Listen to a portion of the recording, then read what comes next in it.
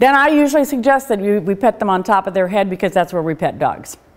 And the reason we pet dogs is because our hands live here. If our hands lived here, you know, they don't, but they live here, so we pet dogs here. That's what we do. And you want to find out what they're like. Most dogs don't like it. Some dogs will run away from you, but most dogs will just go, and that actually is good if they do that. Then we look at their body. We look at their body, we look at their toes, we look at their tail, we kind of handle them all over the place. Lots of dogs do not like having their feet handled. It took me forever to handle his feet. He just didn't want it, I guess because they use it to run away with, but they don't like it. And then you handle their mouth. And when you handle their mouth, you want to, again, it's someplace that they don't want you to handle it, but it doesn't hurt. I'm not into hurting dogs. There are a couple of tests where you actually do a pinch test, and I will do that if we're going, ooh, this is going to be a great dog for children. Now I'm going to pull the tail and pinch the dog, okay, because I want to find out how tolerant this dog is for kids. But for a lot of dogs, just looking at their teeth is going to be enough. And when you look at their teeth, you let them win. You look at their teeth, oh my goodness, look at those big, what big teeth you have, Grandma.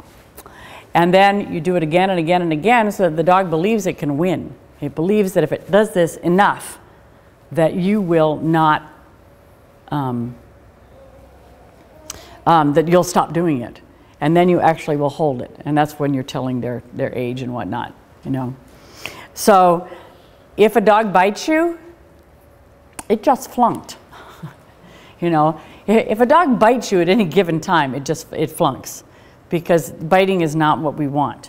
But sometimes they'll do an ear snap, and that's not necessarily a flunk.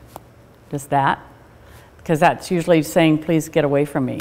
It, however, would tell you almost immediately, I do not want this dog with children. If a dog has a response like that, why would you put him with kids, you know? You just wouldn't. So then you hug him, and you only hug them if you feel comfortable hugging them. If you don't feel comfortable hugging them, then you would probably, if you're one of our regular evaluators, you would put it up for a retest. Right then and there. Whoop, can't hug the dog, it's going for a retest. Let Trish hug the dog. See how she does with it. And if I don't hug the dog, then what am I asking an adopter to do? Because what do adopters do with dogs? They hug their dogs. How many of you guys have dogs? How many of you guys hug your dogs? I hug my dogs all the time.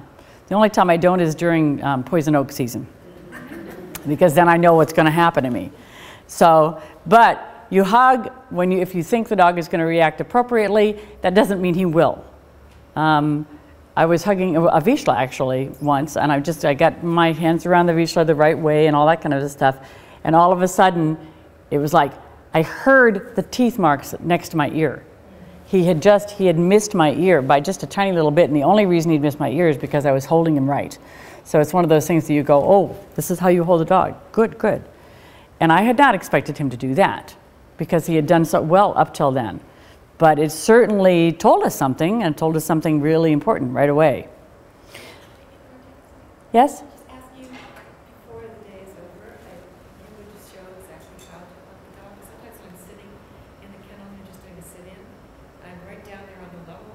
Mm-hmm. And if I'm doing that, you have a face yesterday. You get their face right here, yes. Well, hopefully, if these are adoption dogs that you're sitting next to, if you hug them, it doesn't matter. But still. But yes, there are ways that... Strider, wake up.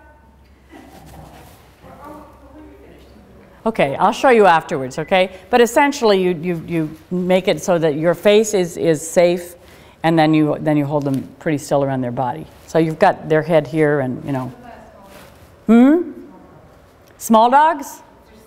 You can do the same thing with a small dog. In fact, what I do with a small dog a lot is I'll hold their chin right here. And that really keeps the small dog's face away from yours. With the, you know, Chihuahua, you don't let them get that close, right? Okay. Actually, I want to show another piece of video. This is with a young dog. She's well, you see what she is.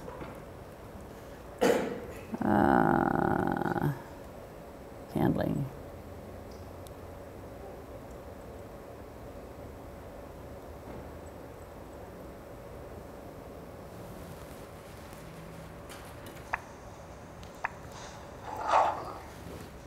This is handling a puppy.